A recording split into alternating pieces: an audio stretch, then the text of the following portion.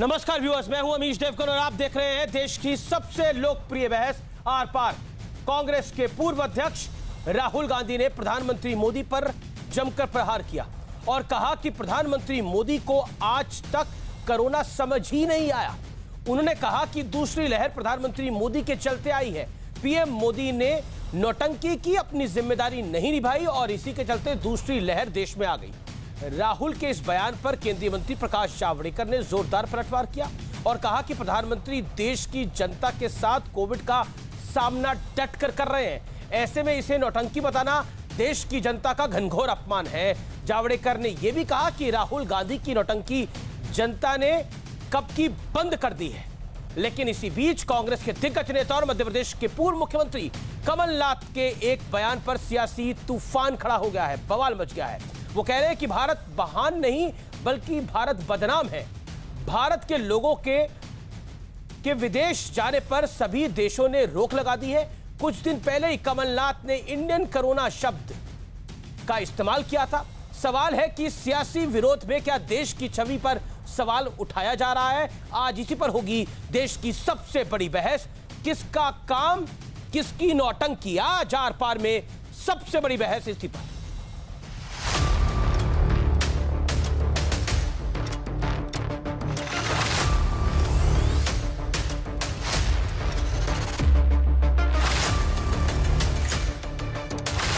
Corona पर कांग्रेस और BJP के बीच सबसे बड़ा संग्राम छिड़ गया है।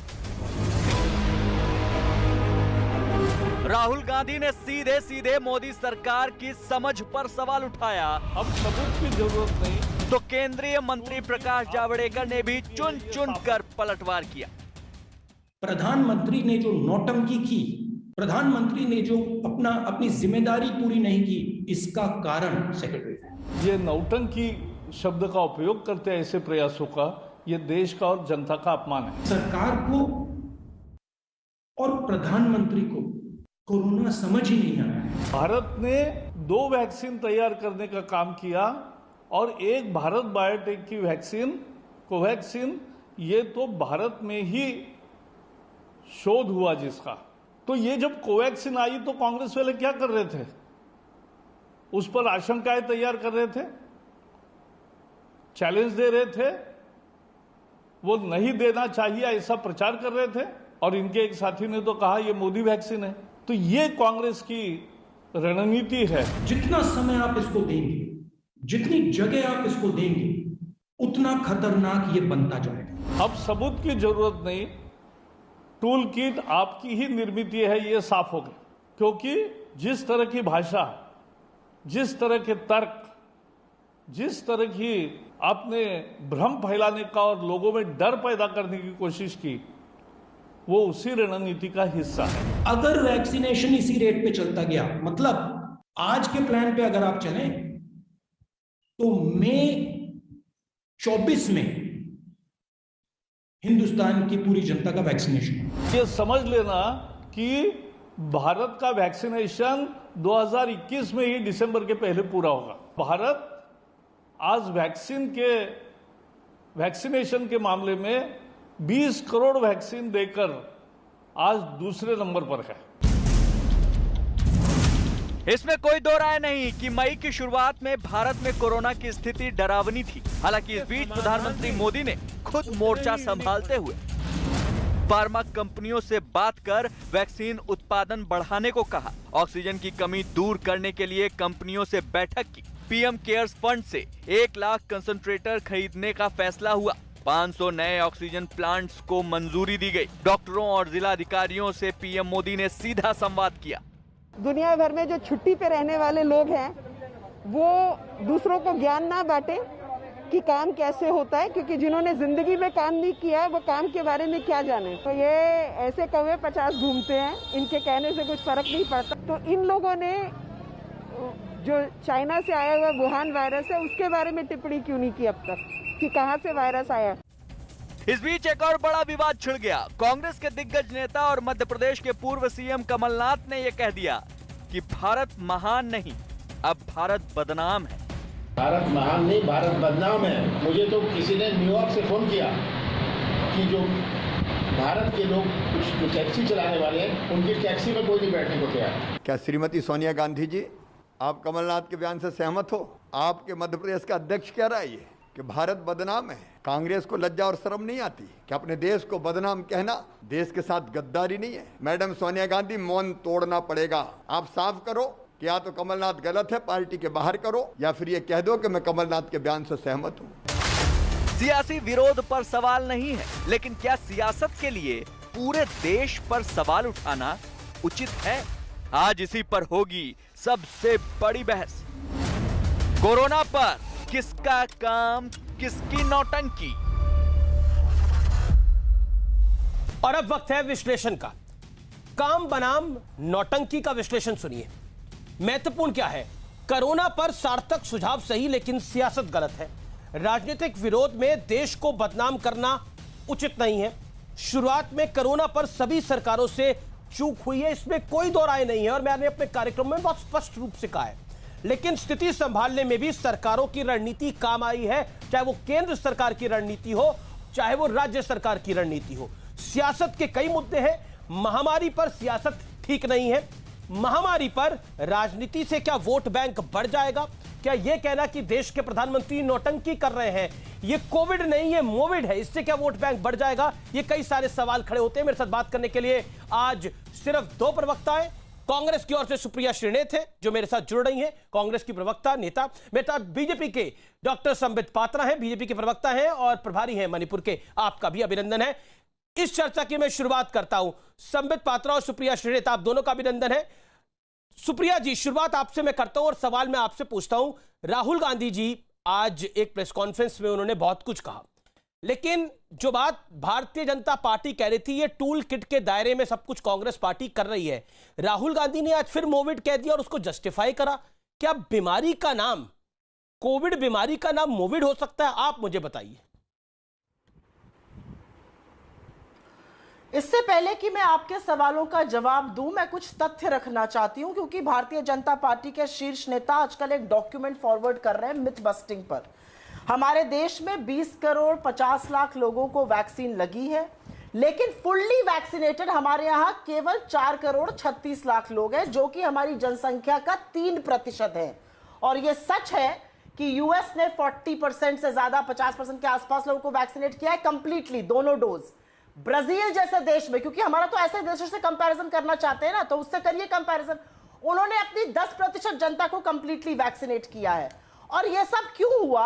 यह सब इसलिए हुआ क्योंकि कहीं पर कोरोना प्रबंधन से आंख हटाकर हर तरह की इवेंटबाजी करी जाने लगी। जब पूरा विश्व अक्टूबर 2020 तक अपने 3-3, 4-4 फेजेस ऑर्डर के दे चुका था वैक्सीनेशन पर, और राहुल जी की आज जो प्रेस कॉन्फ्रेंस थी वो वैक्सीनेशन पर थी, हमारे देश ने पहला ऑर्डर जनवरी 2021 में मात्र 1 करोड़ 60 लाख ड्रग्स का, वैक्सीन का दिया। और मैं एक छोटी सी बात और बताना चाहती हूं, फिर मैं आपके सवाल का डायरेक्ट जवाब दूंगी। वो छोटी सी बात यह है कि हमारे देश ने WTO में कुछ और कहा, सुप्रीम कोर्ट में कुछ और कहा। हमारे देश की सरकार को यह पता ही नहीं था, और यह आपके सवाल का जवाब है, हमारे देश की सरकार को कोई आंकड़े ही नहीं पता थे कि कितने लोगों को लगेगा, कितनी डोज ऑर्डर होगी, कितना हम डोमेस्टिकली मैन्युफैक्चर कर सकते हैं, कितना हमें इंपोर्ट करना पड़ेगा, हमें क्या क्या कानूनों में तब्दीली लानी पड़ेगी।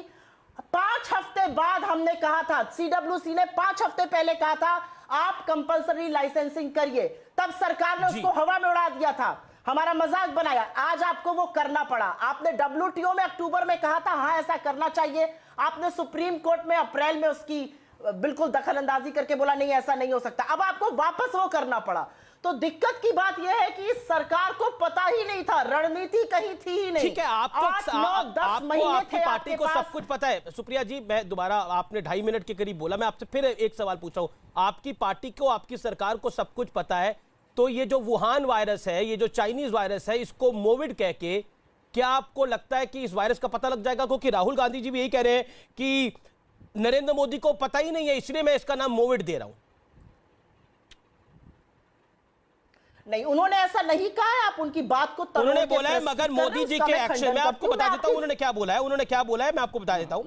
मोदी जी के एक्शन अलग होते हैं तो सिर्फ कोविड होता, सुनिए, मोदी जी के एक्शन अलग होते तो सिर्फ कोविड होता, मगर मोदी जी के एक्शंस ने कोविड को बढ़ाया है और कोविड को नया रूप दिया है। नरेंद्र मोदी ने कोविड को नया रूप दे दिया। मैं भी कहती हूं और मैं बताती हूं आपको। हाँ, अब आप शांत रहिए तो मैं जवाब दूंगी। अब मैं आपको बताती हूं, ऐसा मैं भी कहती हूं और मैं क्यों कहती हूं। अगर कोरोना महामारी से लोगों की मौत होती तो एक मिनट मन सांत्वना कर लेता कि वैश्विक महामारी आई थी, लोग चले गए। सरकार के कुप्रबंधन से, ऑक्सीजन की किल्लत से, वैक्सीन की किल्लत से, दवाइयों की किल्लत से, हॉस्पिटल बेड ना होने की किल्लत से जब मौतें हुई तो एक साल क्या किया मोदी सरकार ने? ये सवाल तो हम पूछेंगे और इसीलिए हम कहते हैं कि सरकार के कुप्रबंधन के चलते मौतें हुई हैं। दुनिया में सेकेंड वेव आई है। क्या ब्रिटेन के विपक्ष ने बोला उनके प्रधानमंत्री के नाम से जोड़ के कि ये उनकी बीमारी है? क्या इटली के विपक्ष ने ऐसा बोला कि बाकी किसी देश ने ऐसा बोला? मैं आपसे जानना चाहता हूं, क्या ये चाइनीज वायरस नहीं है? कोई इसको इंडियन वेरिएंट कहता है, कोई कुछ कहता है, इसको चाइनीज वायरस बोलने में तकलीफ क्या है? आपकी नरेंद्र मोदी से पॉलिटिकल लड़ाई हो सकती है, लेकिन कोरोना का नाम मोविड कर देना। अब मेरी बात का जवाब सुन लीजिए। अगर आपने सवाल पूछा, आपने बहुत बढ़िया सवाल पूछा है, बहुत बढ़िया तो आपने सवाल पूछा है। आपने कहा कि क्या यूके ने कहा, क्या यूएस ने कहा? उन्होंने क्यों नहीं कहा पता है? क्योंकि उनके यहां सेकेंड वेव के लिए सरकारें तैयार थी। हमारे यहां इस समय जब हम और आप बात कर रहे हैं और 4000 के लगभग रोज सरकारी आंकड़ों के मुताबिक मौतें हो रही हैं, तो भारत में विश्व की 33% रोजाना मौतें हो रही हैं। हम अपने लोगों को खो रहे हैं। ऐसा कोई नहीं है जिसने अपने किसी जानने वाले, किसी अपने संबंधी, किसी अपने सहकर्मी, अपने दोस्त, अपने जानने वालों को खोया है। ये बेहद दुखद पल है, इसमें कोई दो राय नहीं है। सरकार मौत के ठीक है, राहुल गांधी ओके संबित पात्रा आज राहुल गांधी ने एक प्रेस कॉन्फ्रेंस करी जिसमें उन्होंने क्या कहा आपने सुना होगा। मोविड कहा, नौटंकी कहा, सब कुछ कहा। कमलनाथ जी ने भी बोला है कि अब भारत महान नहीं है, भारत बदनाम है। देखिए अमित जी, मैंने कमलनाथ जी के बयान को भी सुना, मैंने राहुल जी के बयान को भी सुना। कमलनाथ जी का स्पष्ट रूप से कोई पहली बार उन्होंने प्रेस कॉन्फ्रेंस करके ऐसा नहीं कहा, ये दूसरी बार कहा है। पहली बार भी भारत महान नहीं है ये कहा था और आज भी कहा है और हम सब ने देखा है कि भारत महान नहीं है, भारत बदनाम है। मैं कहना चाहता हूं कमलनाथ जी, आप और पूरे कांग्रेस के लोग ये कान खोल के सुन ले। भारत कल भी महान था, आज भी महान है और आने वाले समय में भी महान रहेगा। भले ही गांधी परिवार ना चाहे कि भारत महान रहे, भले ही कांग्रेसी ना चाहे कि भारत महान रहे, मगर भारत महान रहेगा, कितनी भी आप लोग कोशिश कर लो। दूसरी बात है, कमलनाथ जी ने एक और बहुत महत्वपूर्ण बात कही। उन्होंने कहा कि जो टैक्सी ड्राइवर्स हैं न्यूयॉर्क में, अमेरिका में, आज कोई भी उनको छूना तक नहीं चाहता है। वहां के जो इंडिजिनस लोग हैं, जो अमेरिकन लोग हैं, वो हमारी इंडियन टैक्सी में बैठते नहीं है। बहुत दुख के साथ अमीश जी मैं कहता हूं, ये एक रेसिस्ट कमेंट है, ये एक नस्ल भेदी कमेंट है। और इस पर और आप मैंने पूरा प्रेस कॉन्फ्रेंस कमलनाथ जी का सुना है। उन्होंने कहा है ब्लैक फंगस से वहां के लोग डर रहे हैं कि इंडियन जो है वो ब्लैक फंगस फैला देंगे, इसलिए हमारी टैक्सी में नहीं बैठ रहे हैं। ब्लैक फंगस ऐसे नहीं फैलता है। और इस प्रकार का स्टेटमेंट देके कि इंडिया के टैक्सी में कोई भी फॉरेनर नहीं बैठेगा, ये किस प्रकार की मानसिकता है? आप क्या चाहते हैं कि इंडिया का विरोध पूरे विश्व में होने लगे? ये यही चाहते हैं, ये गांधी परिवार यही चाहता है, क्योंकि ये सैडिस्टिक प्लेजर डिराइव करते हैं और कहीं ना कहीं अपने आप को सत्ता में लाने के लिए इनको अगर देश बेचना होगा, देश को बदनाम करना होगा, तो ये भी करेंगे। दूसरी बात, राहुल गांधी जी ने कहा मिसमैनेजमेंट है ये। देखिए, मैं तो कह रहा हूं कि ऑपोजिशन मैनेजमेंट को लेकर 100 सवाल पूछे, उनका अधिकार है, अधिकार क्षेत्र है, लोकतांत्रिक देश है, मगर उसका मतलब आप कोविड का नाम मोविड रख देंगे? आप बताइए, आज अमेरिका का जो उत्तर प्रदेश की जो पॉपुलेशन है, अमेरिका की जो पॉपुलेशन है वो लगभग उत्तर प्रदेश के बराबर है। यूपी और उत्तराखंड मिला लीजिए आप। बिल्कुल, मतलब अनडिवाइडेड उत्तर प्रदेश के बराबर है। आप बताइए, वो 33 करोड़ लोगों में उनकी डेथ आप देखिए हमसे अधिक है। 5 लाख से अधिक लोगों की वहां मृत्यु हुई है। मैं नहीं कहता हूं अच्छी बात है, हमारे यहाँ उनसे कम डेथ हुई है, फिर भी एक भी डेथ होती है उसके लिए हम we are sorry for it. But आप बताइए, किसी ने भी यूएस में ये कहा कि इस बीमारी का नाम जो है बदल के हम यूएस के नाम पे रख देंगे? और यहां पर एक कंसर्टेड एफर्ट कोई गलती से उनके मुंह से निकल गया हो तो समझ में आता। बार बार हर दिन ट्वीट में मोविड, Indian variant, Indian corona virus reaches Switzerland. Shashi Tharoor भी लिखते हैं Indian corona virus, Indian variant, कोई लिखता है मोदी वेरिएंट। ये क्यों का किया जा रहा है? आप समझिए इस विषय को। ये जो 2008 में मां बेटे ने जाके चीन में एक हस्ताक्षर किया था, ये केवल एक डॉटेड लाइन में ऐसे ही हस्ताक्षर नहीं किया था आमिष जी। करोड़ों रुपए आदान प्रदान हुए थे। और मैं आज बहुत जिम्मेदारी के साथ ये कह रहा हूं, ये मैं सेंटिमेंट्स में बह के नहीं कह रहा हूं। एक सोचा समझा प्लान है। जो आइडिया ऑफ इंडिया है, भारत का जो आइडिया है, उसको पूरे इंटरनेशनल प्लेटफॉर्म में कैसे डिबंक करना है। और ये पहली बार नहीं हो रहा कि कोरोना का वेव आ गया तो हो गया। आपने देखा होगा इससे पहले भी लिंचिंग को लेके भारत को लिंचिस्तान कहना, उससे पहले आपने राफेल को लेकर जिस प्रकार से इंडिया को बदनाम करने की कोशिश इंटरनेशनली की गई, और अब तो एक महामारी है। संबित, ये तो आप मानेंगे नहीं। संबित, अभी आपने बोला कि मिसमैनेजमेंट को लेकर सवाल पूछे। राहुल गांधी, कांग्रेस पार्टी सारी अगर एडवाइस दे रही है तो सारी तो एडवाइस गलत नहीं हो सकती। आप लोग भी सिरे से खारिज कर देते हैं हर चीज को। चलिए मैं इसको समझाता हूं। और आज बहुत संवेदनशीलता के साथ, कोई अहंकार के साथ नहीं बात करना चाहिए, क्योंकि लोग परेशान हैं तो हमें समझने की आवश्यकता है। देखिए, मैं कहना चाहूंगा अमीश जी, बिल्कुल राहुल गांधी कह रहे हैं कि मोदी जी कोरोना को समझते नहीं है और मैं कोरोना को समझता हूं। देखिए, राहुल गांधी जी कोरोना को इतनी अच्छी तरह से समझते थे तो चलिए, मोदी जी तो उनकी बात नहीं सुन रहे थे, बीजेपी शासित राज्य उनकी बात नहीं सुन रहे थे, क्योंकि हम राहुल जी को सीरियसली नहीं लेते हैं जैसा उनका कहना है। कम से कम जो कांग्रेस शासित राज्य थे जी, महाराष्ट्र में तो वो कंपोनेंट है ही। महाराष्ट्र में, अपने छत्तीसगढ़ में, अपने राजस्थान में, अपने इन राज्यों को तो फोन कर सकते थे राहुल गांधी। आज सर्वाधिक मृत्यु कहीं हुई है, 93,000 से अधिक डेथ पूरे इंडिया में कहीं हुआ है तो वो महाराष्ट्र है। सर्वाधिक कंट्रीब्यूटर डेथ में महाराष्ट्र है। अगर महाराष्ट्र को फोन कर देते राहुल गांधी और कह देते कि सेकंड वेव आने वाला है, बेड तैयार कर लो, ऑक्सीजन तैयार कर लो, आईसीयू बेड तैयार कर लो। देखो, मैं देख पा रहा हूं भविष्य में, आज भी उन्होंने कहा कि second, third, fourth, fifth, six, seventh, eight सारा वेव आने वाला है। ये सब कुछ वो देख पा रहे थे, तो प्लीज उनको कम से कम आगाह तो कर देते अपने राज्यों को। सुप्रिया जी, अगर राहुल गांधी जी देख पा रहे थे तो वो अपने राज्यों में, जहां पर आपके शासित राज्य है, चाहे वो महाराष्ट्र हो जहां पर आप 1/4 कई पार्टनर हैं, जहां पर पंजाब में आपकी फुल फ्लेज सरकार है, राजस्थान में फुल फ्लेज सरकार है, छत्तीसगढ़ में आपकी फुल फ्लेज सरकार है, वहां के सरकारों को आप गाइड कर देते। मैं तमिलनाडु की सरकार नहीं बोल रहा, वो अभी आई है। हाँ, मैं इसका जवाब दूंगी, लेकिन जवाब देने से पहले मैंने शायद आपसे पहले भी कहा और फिर से कह रही हूं, अगर मेरे नेताओं के खिलाफ कोई व्यक्तिगत टिप्पणी या लूज भाषा का प्रयोग किया जाएगा, मां बेटों ने ये कर लिया, या जिस तरह की भाषा का इन्होंने प्रयोग किया है, तो मैं 10 गालियां इनको और इनके नेताओं को दूंगी। अभी नहीं दूंगी, इनको चेतावनी दिए दे रही हूं। ये मैं बिल्कुल क्लियर कर देना चाहती हूं। मैं यहां पर बैठ के लाल लप्पो करने और गालियां सुनने नहीं है, गालियां देनी मुझे भी आती हैं। मेरे नेताओं को आदर से बोलिएगा तो मैं आपके नेताओं के लिए आदर से बोलूंगी, नहीं तो अनादर करना मुझे आपसे बड़ा आता है। मैं बता दे रही हूँ, बदतमीजी मत करना। मेरी गुजारिश है कि किसी तरफ से कोई गाली ना दी जाए। गालियों की डिक्शनरी है ये, मैं जानता हूँ। Thank you. क्योंकि बहुत अच्छी बात है। चलिए, मेरे बारे में आपने इतना पता कर लिया, बहुत अच्छा है। आपने खुद ही बताया कि आपको ज्यादा पता है। तो अब अगले आंसर से मत बोलिएगा, क्योंकि फिर मैं अगर आपकी असलियत बयां करने पे आ गई तो मुश्किल हो जाएगी। प्लीज मैडम, आप नहीं मैडम, मैं जानता हूँ आप ज्यादा गालियां जानती हैं, जो बोला जा रहा है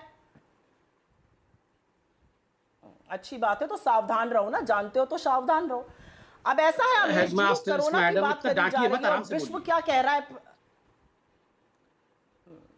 चलो, डर गए अगर डांट से तो चुप हो जाओ। चलो मैडम बोलो, हेडमास्टर। कोरोना के बारे में विश्व क्या कह रहा है? कोरोना के बारे में विश्व क्या कह रहा है तो आप जानते ही है ना। कोई और विश्व या कोई और देश है जहां पर, किसी और देश में, जहां पर लाशें नदियों में तैरती हुई मिले, जहां पर लाशें दफन मिले और उन दफन लाशों से 3 दिन बाद शवों से रामनामी नोची जाए, जिससे कि वो दिखे ना, क्योंकि लाल और पीले रंग की रामनामी है। कोई और देश है ऐसा? कोई और देश है ऐसा जिसने 6.5 करोड़ के लगभग वैक्सीन एक्सपोर्ट कर दिया अपने लोगों को देने से पहले? और इससे पहले कुछ बोला जाए, मैं बता दूं, सिर्फ 16% उसमें से ग्रांट थे, बाकी सारे कमर्शियल एक्सपोर्ट्स थे। और मुद्दे की बात तो यह है कि लास्ट कंसाइनमेंट कमर्शियल 16 अप्रैल तक गया, जब हमारे लोग तड़प तड़प के मर रहे थे। कोरोना से लड़ने के 4 तरीके हैं: टेस्टिंग, ट्रैकिंग, ट्रीटमेंट और वैक्सीनेशन। और हिंदुस्तान जो विश्व का सबसे बड़ा, एक सेकंड, आप मौतों पर बात कर रही है राहुल, एक सेकंड सुप्रिया जी, मेरा पॉइंट है, एक मेरा सवाल है, उम्मीद है एक संबित पात्रा आप होल्ड करिए। सुप्रिया जी, आप मौतों पर बात कर रही हैं, राहुल जी ने भी ट्वीट करा कि मौत के आंकड़े जो है न्यूयॉर्क टाइम्स में उन्होंने कोट करा, न्यूयॉर्क टाइम्स को उन्होंने कोट करके बोला। मैं आपसे जानना चाहता हूं कि आपकी सरकार मौत के आंकड़े को छुपा रही है राजस्थान के अंदर? क्या छत्तीसगढ़ की सरकार ऐसे मौत के आंकड़े को छुपा रही है? मैं जानना चाह रहा हूं आपसे, क्योंकि जब देश की बात हो रही है तो राजस्थान भारत से अलग नहीं है। पंजाब भारत से अलग नहीं है, छत्तीसगढ़ भारत से अलग नहीं है, महाराष्ट्र भारत से अलग नहीं है। इसीलिए जी देखिए, मौत के आंकड़ों को छुपाकर किसी को तगमा नहीं मिल जाएगा। ये महामारी है और इसमें लोग मर रहे हैं। क्यों कह रहे हैं कि मौत के आंकड़े कम दिखा रही है सरकार? मैं कह रही हूं भाजपा शासित। अमीश जी, अगर आप मुझे बोलने देंगे तो मैं बोलने दे रहा हूं आपको, आप सबसे ज्यादा बोलिए कार्यक्रम के अंदर, लेकिन सवाल है, लाजमी सवाल है। पंजाब, राजस्थान, छत्तीसगढ़, मैं तो भाजपा शासित प्रदेशों की भी बात कर लेती हूं। कर्नाटक, मध्य प्रदेश, कहीं से खबरें आई कि लाशें तैर रही हैं नदियों में? नहीं।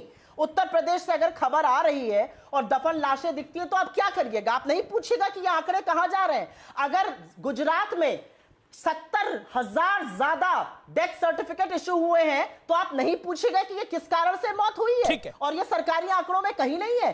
गांव में, मेरा गांव से संबंध है, टाइफाइड से मौत लिखी दी जा रही है। वो टाइफाइड से मौत नहीं है, वो कोरोना से मौत है। ठीक है, गांव के गांव में 10-10 लोग टाइफाइड से मर रहे हैं। मैं सवाल ले लेता हूं। संबित पात्रा रिस्पॉन्ड।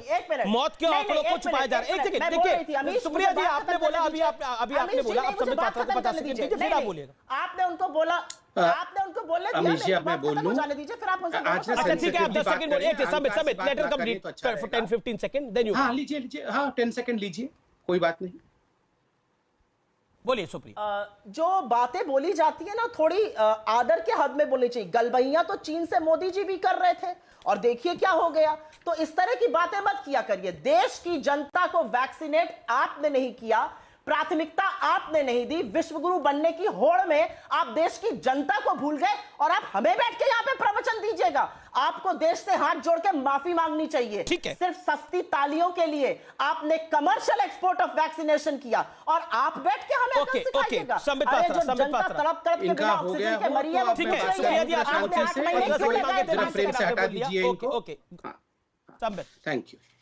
देखिए, मैं एक एक करके जवाब दूंगा। मैंने कहा कि आज मैं सबका जवाब दूंगा अमीश भाई, शांति से जवाब दूंगा, कोई अहंकार नहीं। और उन्होंने कहा कि मैं बहुत गालियां जानती हूँ, तो मैं गाली नहीं जानता हूँ, मैं गाली भी नहीं दूंगा, है तो मैं आराम से बात करता हूँ। पहले तो देखिए मैडम अमीश जी, मैंने कहा ना, मैं गाली नहीं जानता हूँ, बहुत गालियां मालूम है और इनको बहुत गालियां मालूम है। मैंने मान भी लिया कि इनको बहुत गालियां मालूम है। मैं गाली नहीं सुननी पड़ेगी।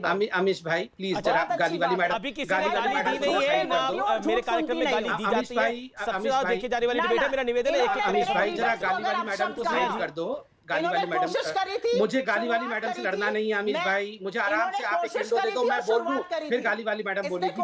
मेरे को गाली वाली मैडम से नहीं लड़ना है। अच्छा सुप्रिया जी, मैं आपके पास आऊंगा, वापस मैं आपके पास आऊंगा। संबित, आप अपनी बात को कंप्लीट करें। देखिए, लाशों को लेकर यहाँ राजनीति की जा रही है, इसमें कोई दो मत नहीं है। देश में मृत्यु हुई है, लोग परेशान हैं। कई जगह हो सकता है कि बिल्कुल अनरिपोर्टेड भी कुछ डेथ्स गई होंगी। देखिए, गंगा मैया में लाश जो तैर रही थी, ये बिल्कुल बहुत ही विभत्स दृश्य था, इसको कोई डिफेंड नहीं करना चाहिए। 2015 में भी कांग्रेस पार्टी ने ऐसी ही 100 लाशों के बेड़े को गंगा में ट्वीट किया था और कहा था कि देखो किस प्रकार, उस समय हमारी सरकार नहीं थी, मगर उस समय समाजवादी पार्टी की सरकार थी, फिर भी उन्होंने ट्वीट किया था। वो ट्वीट आर्काइव में मौजूद है। और ये जो रिचुअल है रामनामी के साथ दफनाने का, यह दैनिक जागरण जैसे एक बड़े पत्रिका समूह ने इसका आप स्टडी करके उसको आपके सामने सच्चाई रखा है। मैं उसमें नहीं जाना चाहता, मगर ये बार बार कहना कि जो मौत के आंकड़े हैं वो केवल भाजपा शासित राज्य छुपा रहे हैं। देखिए, सर्वाधिक मृत्यु मुझे कहते हुए तकलीफ हो रही है, लगभग 1 लाख के आसपास। अगर 3 लाख मृत्यु हुई है तो 1 लाख मृत्यु महाराष्ट्र से हुई है। तो राहुल गांधी जो कह रहे हैं कि इन आंकड़ों में कहीं ना कहीं खिलवाड़ किया गया है, तो स्वाभाविक है, ये सबसे बड़ा खिलवाड़ तो महाराष्ट्र में किया गया हो। ये किस प्रकार की बातें हैं। और मैं एक चीज बहुत सेंटिमेंटली कहना चाहूंगा, मैं अमेरिका को ऑब्जर्व कर रहा था। 6 लाख मृत्यु होने के बावजूद आप जानते हैं 1 साल से कई ऐसी डेड बॉडीज हैं जो अभी तक रेफ्रिजरेटिंग वैन्स में पड़ी हुई हैं और अभी तक उनको दफनाया नहीं गया है। एक दिन भी आपने सुना अमेरिका में इसको लेकर उनके 2 पॉलिटिशियंस ये कह रहे हो कि मैं ज्यादा गाली दे सकती हूं, मैं तुम्हें बहुत गाली दे दूंगी। ऐसा किसी ने लड़ाई नहीं लड़ी। आपने देखा कभी भी उनको दिखाया गया कि मास बरियर होते हुए अमेरिका के मीडिया ने दिखाया हो या किसी प्रवक्ता ने कहा हो कि मैं गाली दे दूंगी? नहीं, उन्होंने अमेरिकन फ्लैग दिखाया। 2 लाख लाशों को बरियर करने के बाद ऊपर अमेरिका का फ्लैग दिखाया, सैल्यूट करते हुए लोगों को दिखाया। किसी ने डिग्निटी को रूइन नहीं किया, डिग्निटी नहीं खराब किया।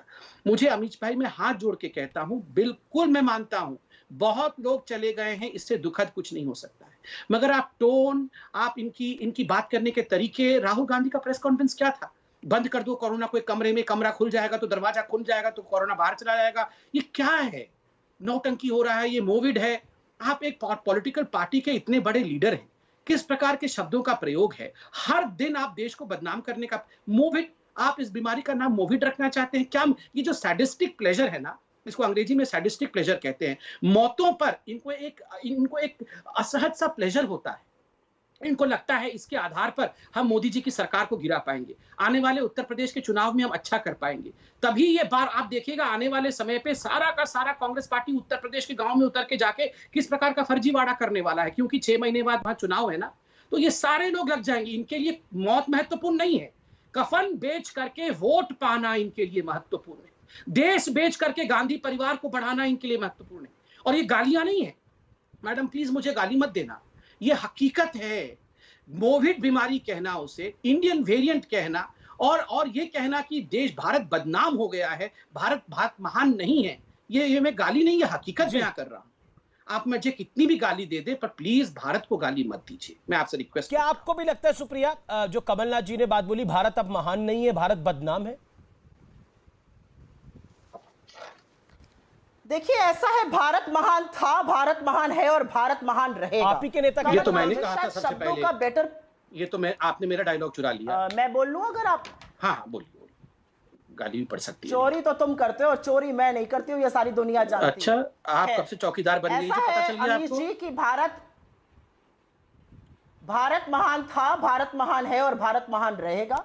कमलनाथ जी शायद शब्दों का बेटर चयन कर सकते थे, ये मैं मानती हूं, लेकिन भारत की आज दुनिया में क्या छवि बन रही है, आज दुनिया क्या देख रही है, जो त्रासदी, जो त्राहिमाम मचा हुआ है भारत में, वो तो विश्व देख रहा है, या उस पर पर्दा डाल दिया आपने? और मैं आपसे एक बात पूछना चाहती हूं, भारत की महानता तो तब भी थी जब आप मुखबिरी और माफीनामा लिख रहे थे, भारत की महानता तब भी थी जब हम शहादत दे रहे थे, अब इसका जवाब मैं मुंह तोड़ जवाब, जब हमारे 2 प्रधानमंत्रियों का असैसिनेशन हो गया। मैं ये बोलना चाहती हूँ। खैर, अब क्योंकि हम वैक्सीनेशन पे बात कर रहे हैं, मैं वापस वैक्सीनेशन पे आऊंगी। डार्क चॉकलेट खा लो कोरोना में, बेंडिट लाइक बेकहम हो गया है, एंड गेम हो गया है, जनवरी में जीत घोषित कर दी। ये जो पीठ थपथपाना और सीना ठोकने के काम थे ना, उसी के कारण हमारे देश में कोरोना ने ऐसा पैर पसारा कि मुश्किल आ गई लोगों पर। मोदी जी का क्या है, मंत्रियों का क्या, उनको तो डार्क चॉकलेट खिलाकर टेंशन दूर हो जाएगा। दिक्कत तो देश की जनता पर आई, जिनको दर बदर की ठोकरें खानी पड़ी, जिनको ऑक्सीजन के लिए मार कर लोगों को तलब करके जान देनी पड़ी, जिनकी आज तक वैक्सीन नहीं है। मैं आपसे पूछना चाहती हूं, 3% उस देश ने वैक्सीनेट किया जो vaccine laboratory of the world कहा जाता है। 18 से 44 वर्ष की उम्र में हमारे देश में 62 करोड़ लोग आते हैं, उनको 124 करोड़ डोजेज चाहिए। आज वहां पर सिर्फ 1,58,00,000 लोगों को डोज लगी है, और एक छोटी सी, 1 महीना हो गया खुले हुए। और मैं अमीश जी एक छोटी सी बात जरूर आपके दर्शकों को और आपके माध्यम से आपके मैं बोल सकता हूं अमीश जी, कि जब फ्लिप फ्लॉप हो रहा था कि कंपलसरी लाइसेंसिंग हो या ना हो, उस बीच जो 3 कंपनियों को बुलाकर टेंडर देने की बात हुई है, जो लाइसेंसिंग की बात हुई है, हैफकिन, बुलंदशाह और इम्यूनोलॉजिकल लैब्स, वो सारे 1978 में, 1982 में, 88 में और 75 में बने थे। तो भारत तो आत्मनिर्भर हमारी सरकार ने हुआ था। ठीक है, भारत को इस कगार पर क्रेडिट आप भी लीजिए, क्रेडिट आप भी लीजिए। लाशों की बात कर रही है। संबित पात्रा, जवाब। मैंने शांति से सुना, एक एक करके जवाब दूं। जी देखिए, इन्होंने आज, मैं तो पहले वीर सावरकर जी को नमन करूंगा, इन्होंने माफीनामे की बात की, और मैं जानता हूं कहां ये इशारा कर रहे हैं। कम से कम हमारे नेता जाके लेडी एडवीना के चरणों पे उनके जूते, कोई बात नहीं अमीश जी, मैं गाली वाली मैडम के साथ चिल्लाना नहीं चाहता हूँ, गाली वाली मैडम गुस्सा हो जाएगी, फिर मैं कुछ बोलूंगा तो मैं जरा, आप गाली वाली मैडम को जरा साइड करेंगे अमीश जी, जरा गाली वाली मैडम को साइड करेंगे अमीश जी, अमीश जी गाली वाली मैडम को साइड कर दीजिए, साइड कर दीजिए गाली वाली मैडम को, गाली वाली मैडम का आवाज कम कर दीजिए, गाली देती रहती है, गाली वाली मैडम से मैं डिबेट नहीं करना चाहता, शांति से बोलना चाहता हूं। संबित तो कह रही है मैंने नाम नहीं लिया था, शांति से सुना ना। ठीक है, आपने बोला ना, आपने 5 बारी बोला, अब संबित का जवाब सुन लेते। संबित क्विक। देखिए, मैं तो नाम लेके बोलूंगा, वो जवाहरलाल नेहरू नहीं है हमारे पॉलिटिकल पार्टी में, जो जाके एडवीना माउंटबेटन के पैरों में बैठ के जूता उसका साफ करते थे। मैं खुल के बोल रहा हूँ, वो फोटो भी मैं बोलूंगा, आज लोग ट्वीट करे कैसे जाके पैर दबा रहे थे एडवीना माउंटबेटन के जवाहरलाल, और ये फोटो है पैर में बैठे। पंडित नेहरू पहले प्रधानमंत्री रहे, पहले प्रधानमंत्री होंगे तो क्या हो गया भैया, सावरकर जी देश के स्वतंत्रता सेनानी है, बिल्कुल है, वो लड़े, हिंदुस्तान स्वतंत्र हुआ, 2 लाइफ टर्म उनको मिला था, पहले हिंदुस्तानी थे जो 2 लाइफ टर्म मिला है, 10 साल उन्होंने काटे हैं अंडमान निकोबार के जेल में। इस गांधी पर इस नेहरू ने काटे हैं। 5 दिन 2 दिन जाके जेल में रह के आते थे क्योंकि एडवीना के पैर दबाते थे। ये बताएंगे वीर सावरकर के बारे में। और इनकी अध्यक्षा तो अभी इनकी ये देखिए फिर गाली वाली मैडम को, अरे गाली मैडम को साइड, गाली इतिहास के बारे में ठीक पता है, नेहरू के बारे में ठीक पता है, बिल्कुल ठीक पता है। एडवीना माउंटबेटन का और भी पोल खोलूंगा अभी नेहरू के साथ। अभी अरे सुन लो, माफीनामा आपने लव लेटर लिखा था। नेहरू जी ने एडवीना माउंटबेटन को हर दिन बैठ के लव लेटर लिखते थे। यहाँ माफीनामा के बारे में बोल रहे हैं। बैठ जाओ अमीश भाई, तमीज से बात करो। तमीज से ही बात कर रहा हूँ। छोरे आदमी, तमीज से बात करो। देश के पूर्व प्रधानमंत्री, प्रथम प्रधानमंत्री के बारे में बात कर रहे हो। आप हमारे लीडर को ऐसे बोलोगे ना, सावरकर हमारी शान है, हमारी शान को ऐसे बोलोगे। देखिए, 2 कौड़ी का आदमी बेवकूफ, मुझे लगता है ये शब्द ठीक नहीं है। और संबित, आप भी पूर्व प्रधानमंत्री हैं देश के, थोड़ा सम्मानजनक बात होनी चाहिए, मेरा निवेदन है। बोलिए, अपनी बात को कंप्लीट करिए डॉक्टर पात्रा। आप भाई, यहाँ पर अगर वीर सावरकर हमारे, एक बार इनकी आवाज कम किया जाए, मैं चिल्ला के नहीं बोलूंगा, शांति से सुन लिया जाए। और मैं अमीश भाई 1 सेकेंड देखिए, मुझे लगता है कि आज जब जिस टॉपिक पे डिबेट कर रहे हैं उसमें कर देते हैं। ना ये वीर सावरकर पे डिबेट है, उनका भी सम्मान है, ना ये पंडित नेहरू पे डिबेट है, उनका भी सम्मान है। क्विकली बस मैं एक ही लाइन कहना चाहता था कि कोई भी वीर सावरकर जी पर उंगली उठाने की कोशिश ना करे, वरना हमें भी कच्चा चिट्ठा खोलना आता है। बाकी विषय पे आते हुए, देखिए, मैं तो यहाँ इतना वैक्सीन के बारे में बात हुआ, मैं बहुत सारा कुछ लेके आया था। ये लड़ाई झगड़ा गाली में सब चला गया। ये है, आप देख सकते हैं, मनीष तिवारी जी का बयान, ANI का है। मैं वो बयान सुनाऊंगा नहीं, मगर आप जानते हैं बयान क्या था। प्रधानमंत्री ने वैक्सीन लगाया क्या, हम क्यों को वैक्सीन पर विश्वास करें, हमारे राज्य को वैक्सीन नहीं लेंगे। चारों राज्य ने मना कर दिया था। मैं आज पूछना चाहता हूं गाली वाली मैडम से कि राहुल गांधी ने और प्रियंका वाड्रा ने वैक्सीन लिया क्या? इतना कुछ आके वो कोरोना को जानते हैं, कोरोना को समझते हैं, सारा कुछ वो जानते हैं। वैक्सीन लिया? अभी तक वैक्सीन नहीं लिया है। अभी तक वो, मेरे को लगता है 45 से ऊपर है, अभी तक वैक्सीन लिया है। पता वैक्सीन लिया है? आप बता दीजिए। पता क्या आप लिया है? लिया है? लिया है क्या? आप बता दीजिए। नहीं, आप बता दीजिए। आपके तो अपने MP हैं, आप बता दीजिए। आप बता दीजिए लिया है कि नहीं लिया, आप बता दीजिए। बस, बहुत बढ़िया। आपको पता नहीं है, हम तो छोटे लोग हैं मैडम, हम तो छोटे लोग हैं। राहुल गांधी ने लिया है कि नहीं लिया, आप बता दीजिए ना। मैं अगर गलत बता रहा हूँ तो आप बता दीजिए कि लिया है करके। आप फोटो जारी कर दो, मिलेगी नहीं जितना भी बोल लो। अरे कोई बात नहीं मैडम, आप तो कैबिनेट मिनिस्टर बन जाएंगी ना। आप तो कैबिनेट मिनिस्टर बन जाएंगे। हमें कुछ चाहिए भी नहीं, हम गांव के लोग हैं, गांव वापस चले जाएंगे। आप तो बड़ी कैबिनेट मिनिस्टर बन जाओगी। देखिए अमीश भाई, मैं गाली वाली मैडम की मुंह नहीं लगना चाहता हूँ। गाली वाली मैडम साइड करो, मैं कंप्लीट कर लूं अमीश भाई, मैं कंप्लीट कर लूं अमीश भाई। मैं गाली वाली मैडम की मुंह नहीं लगना चाहता हूँ। ये एक लेजिटिमेट सवाल है। राहुल गांधी देश के माने हुए नेता है, प्रियंका गांधी देश की मानी हुई नेता है, बिल्कुल महत्वपूर्ण है। अगर उन्हें वैक्सीन लगाई है तो सार्वजनिक करना चाहिए, इससे लोगों को प्रेरणा मिलेगी। लोगों को नहीं तो कांग्रेस के कार्यकर्ताओं को तो प्रेरणा मिलेगी कि वैक्सीन उन्हें लगवानी चाहिए, क्योंकि कई इंसिडेंट ऐसे आ रहे हैं, लोग वैक्सीन लगवाने नहीं जाते इस वजह से। ये सवाल, ये तो इसमें तो गुस्सा आने वाली कोई बात ही नहीं है। आपने वैक्सीन भी लगवाई होगी, आने वाली बात है। वैक्सीन लगाते नहीं है, खुद वैक्सीन के खिलाफ बोलते हैं। इसमें क्या बात है? अमीश जी, मैं कंप्लीट बिल्कुल संबित, मैं आपको मौका दे रहा हूँ। 30 सेकंड सुप्रिया बोल ले, फिर आपको मैं मौका दे रहा हूँ डॉक्टर पात्रा। 30 सेकंड सुप्रिया जी। नहीं, आप उनको बोलने दीजिए, फिर मैं बोलूंगी। नहीं, बोलिए ना, आप अपनी बात को रखिए। वैक्सीन की बात पर आप क्या कहना चाहती है? राहुल जी ने अगर वैक्सीन लगवाई, प्रियंका जी ने अगर वैक्सीन लगवाई, तो सार्वजनिक होना चाहिए। इससे क्या होता है? इसमें तो कोई गलत बात नहीं है। या आपने भी वैक्सीन लगवाई तो क्योंकि आप लोग पब्लिक फिगर है, दैट इज व्हाई। इसमें सर्विलेंस की कोई बात नहीं है।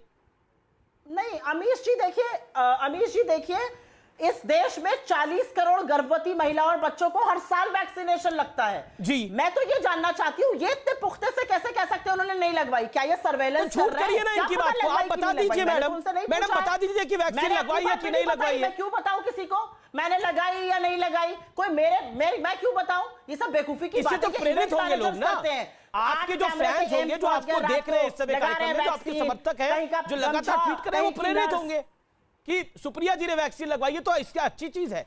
इसमें क्या बात है? जब वैक्सीन को लेकर प्रॉब्लम चल रही थी, पत्रकार गए हैं, कई पत्रकारों ने अपने आप को वैक्सीन ट्रायल में शामिल किया है। मैं ऐसे कई पत्रकार मित्रों को जानता हूं जिन्होंने अपने आप को शामिल किया है।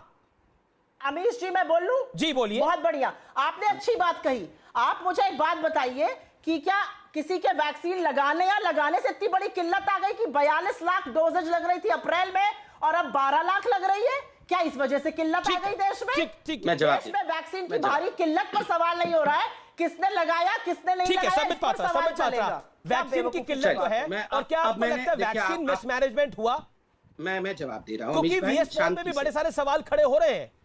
ठीक, अमीश भाई मैं जवाब दे रहा हूं। अमीश भाई, ये जो बार बार बोला जा रहा है राहुल गांधी ने क्यों वैक्सीन लगाया, ये महत्वपूर्ण नहीं, बिल्कुल मानता हूं महत्वपूर्ण नहीं है, मगर मैंने ये सवाल क्यों पूछा, जब कांग्रेस के नेताओं ने प्रेस कॉन्फ्रेंस करके कहा कि प्रधानमंत्री अगर पहला वैक्सीन लगाएंगे तो एक कॉन्फिडेंस लेवल बढ़ेगा, लोग और जो सिटीजन्स हैं वो वैक्सीन लगाएंगे।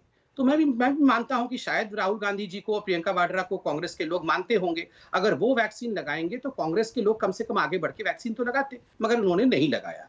दूसरी बात है, आप देखिए किल्लत की बात, जिस समय वैक्सीनेशन का प्रोडक्शन शुरू हुआ, जिस समय वैक्सीनेशन का फेज आरंभ हुआ 16 जनवरी को, उस समय तमाम इन्हीं ऑपोजिशन पार्टी के लीडर्स ने वैक्सीन हेजिटेंसी को प्रमोट किया। 4 राज्यों ने कोवैक्सीन लेने से मना कर दिया। और मुझे दुख हो रहा है, मैं खुद एक डॉक्टर हूं, कई ऐसे फ्रंटलाइन वर्कर्स और कोरोना वॉरियर्स थे जिन्होंने वैक्सीन नहीं लगवाया।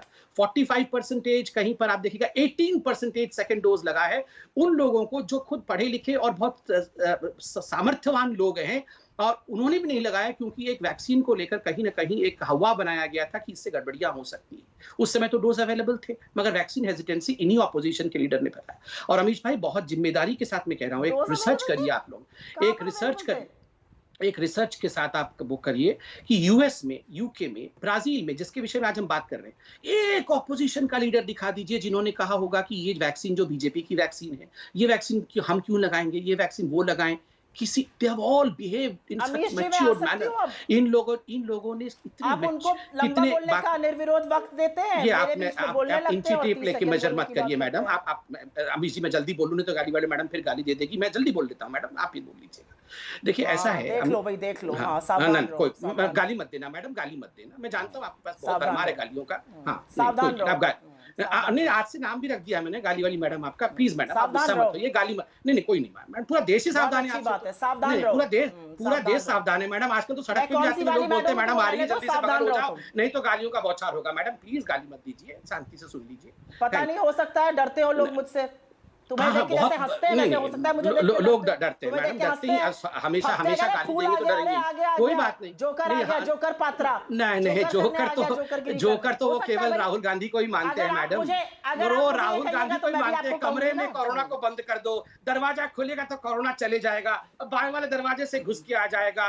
कोरोना को मैं पहचानता हूँ, मेरी यारी है। कोरोना को मोदी कहाँ से पकड़ के सर्कस में रखा हुआ है उस राहुल गांधी को, फिर ये जोकर की बात करते हैं। एक जोकर और सारे गुलाम जुटे हुए हैं उस कांग्रेस पार्टी में, और ये सोचते हैं कि जोकर और गुलाम मिलके देश को बदनाम कर देंगे। क्या लगता है आपको? नहीं, क्या आप मत आइए, थोड़ी देर रुकिए ना। अमीश को भी तुम, मेरे को भी तुम, मतलब आप ही आप है, बाकी सब यहाँ तुम है। इनकी यही हालत है। ये जो अहंकार है ना ये कांग्रेस पार्टी का, ये इनका विनाश करेगी। देखिएगा, कुछ भी भगवान सहते हैं, अहंकार नहीं सहते।